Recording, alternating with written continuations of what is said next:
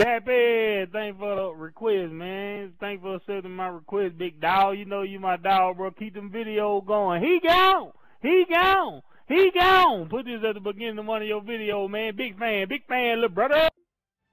What is good, guys? It's your boy Monster Champion. That was a nice message from my boy Mollywood Flow. Real funny message. I got a good kick out of that, man, and definitely appreciated that. That was a great message. But moving on.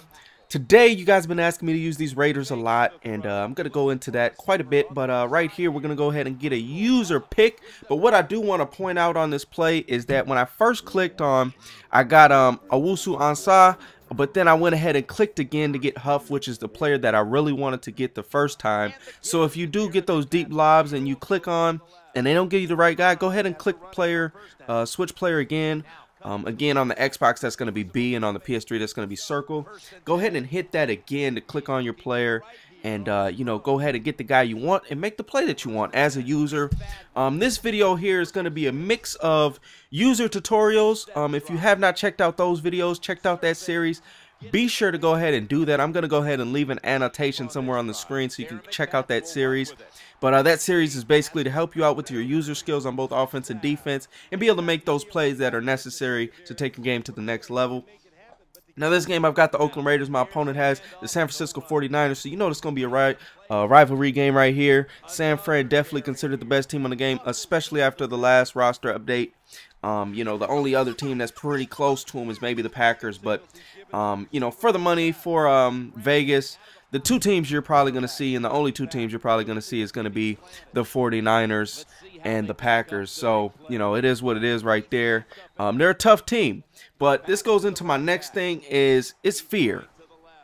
And what I mean by that, I'm not talking about real life fear. I'm not going to go get psychological on you guys or nothing like that, philosophical, anything like that. But what I mean in that sense is fear in Madden. And what I mean by that is, say you're playing the 49ers, perfect example. You don't want to run the ball because they've got all the big hitters, they got the names, you know, they got Patrick Willis, they got everybody. Pretty much everybody on that team can tackle, they got some big hits, and they force fumbles at a ridiculous rate. So you don't want to run the ball.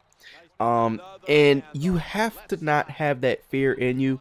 You have to be able to play your game plan. If your game plan is to come out and run the ball, it doesn't matter what team you're playing, run the ball effectively and efficiently and mix in the pass.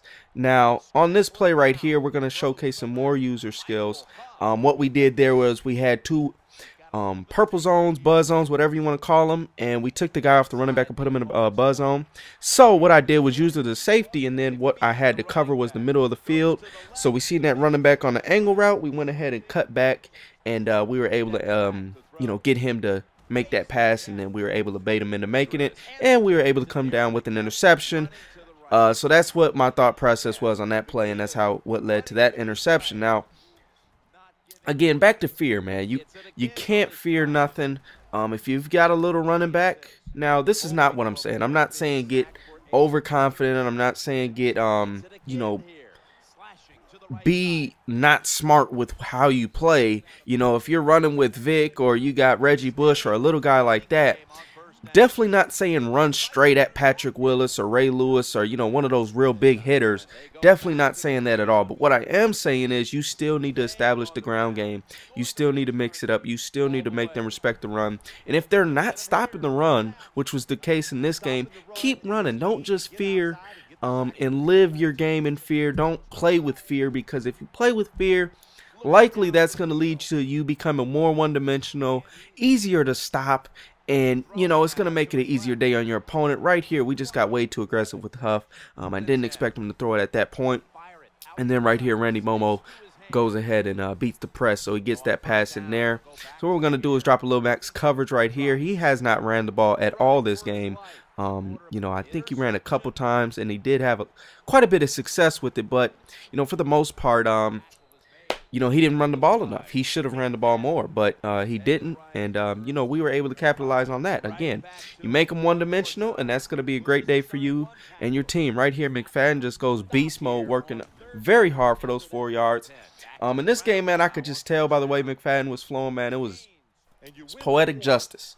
It was a beautiful thing, man. I was just watching him make his cuts, watching him break tackles, watching him, get in between the corners and stuff like that. And it was just nice, man. So, definitely just avoid those hits, but definitely keep attacking. Whatever your scheme is, whatever your game plan is, don't stray too far away from that, regardless of who you're playing.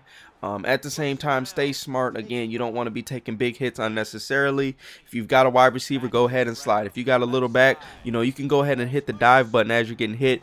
Right here, as I'm saying that, we do fumble the ball and lose it. But, I mean, granted, as many times as we've ran this game, we fumbled twice, we lost one of them.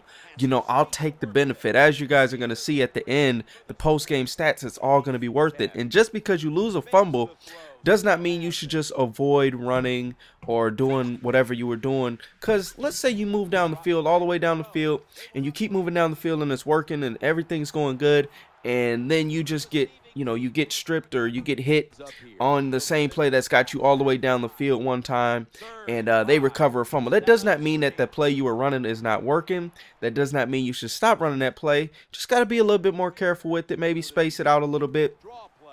One thing I've noticed is that if you have a bunch of backs, say for instance McFadden, and then I got Mike Goodson, on this play right here, I do want to break this down really quickly.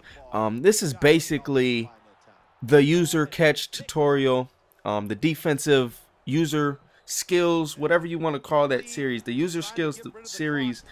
That was essentially that video right there. We put Giordano in a deep blue, went ahead and usered that wide receiver. It was tagged in, so we went ahead and assumed it was going to be him.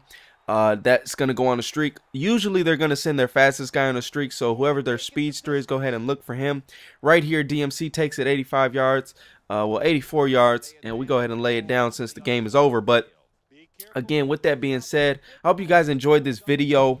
Again, don't live in fear regardless of what team you're playing and their personnel, and play your game, stick to your scheme, and things will usually work out for the best for you. I hope you guys enjoyed this video. We gone.